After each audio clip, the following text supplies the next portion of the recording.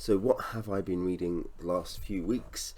I'm going to talk about my kind of recent fiction reading, and I'll also do a birthday book haul because it's my birthday earlier in the month, so I got some fiction and I got some RPG stuff then.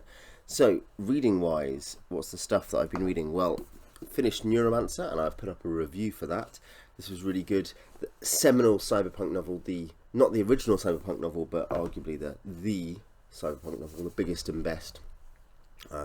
Definitional for terms like the Matrix and cyberspace, that's where they come from. Really good, fun action thriller in some ways, but also really quite a good character study, quite a good dystopia.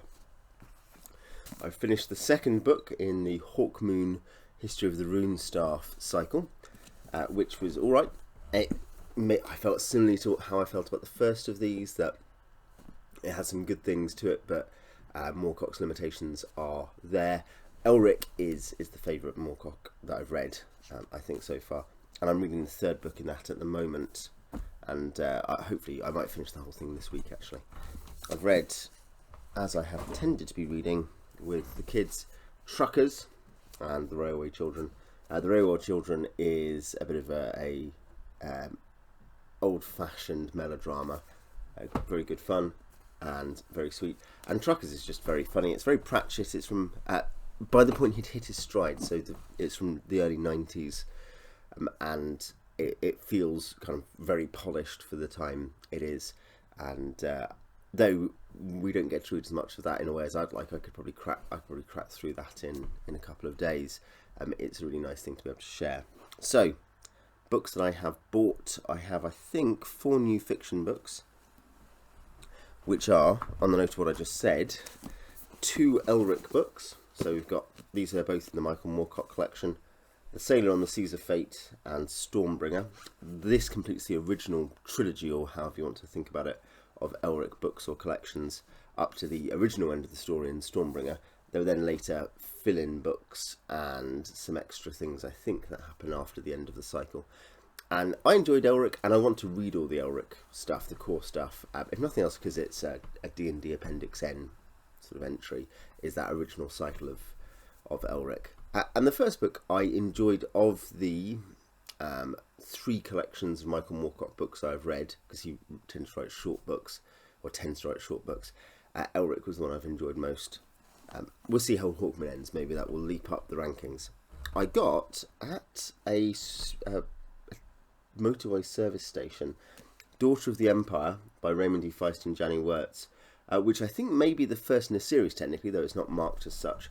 I don't own anything by Janny Wirtz. There was also the second book by Wirtz in a different series. Don't know anything about the author, but I know people who like the books, and this was actually recommended once. I said, I think I picked up this one in a supermarket service station. It was in a charity donation thing there.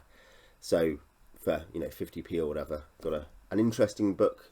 It is by an author I know about and an author I know nothing about, so we'll see how good that is. But always, I think, adding variety without needlessly chasing same change and sensation.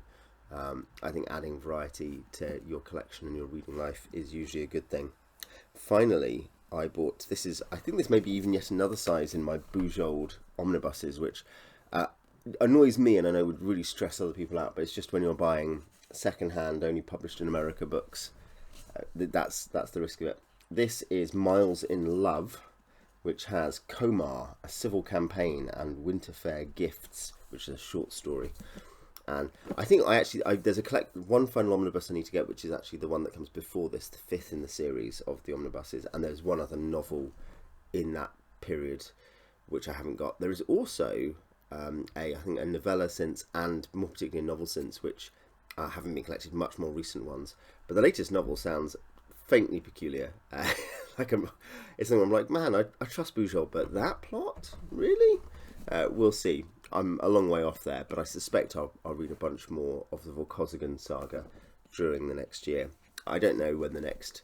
she's got a Penrick and Des novel for her fantasy series coming out, so I'll also get that when it comes out. If you don't know anything about Bookhaul, by the way, is very much a neglected author now. She's won she's won 3 Hugos, I think. She currently holds, I think, the record for the highest number of Hugo nominations after Heinlein. I think second highest number of nominations, if memory serves. She's big in the 80s, but has won awards into the early noughties. So you've got longevity there. And I think one reason she's out of fashion is that she's fairly gentle and easygoing, and emphasises cultural nuance rather than big world building, and emphasises a fairly humane and pro character development kind of style rather than crazy awful stuff happening. But I like that. I'm weak perhaps, but if you enjoy the sound of that, I'd highly recommend the Volkozogen Saga or The World of Five Gods. Both of those I've reviewed books from on my channel, so have a look. Now, finally, I got a few D&D books for my birthday, and they're all from the same setting. The setting is Birthright.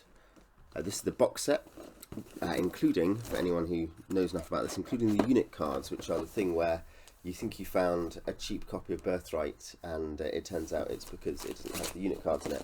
I also have two players' secret books, Endia, and the late era promotional Hogan Mark, which I need to get another box set to work with, really. And I think I will get more box sets for Birthright in the relative near future, if they're affordable at any point.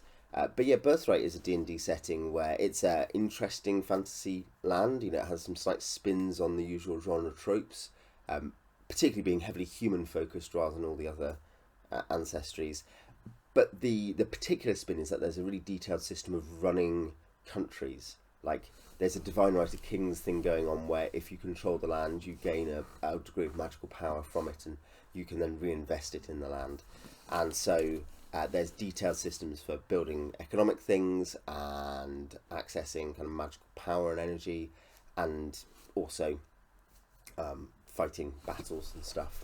So, political, economic, military systems, which is something which there always were systems like that in D&D, but this is a reimagining and a new spin on that.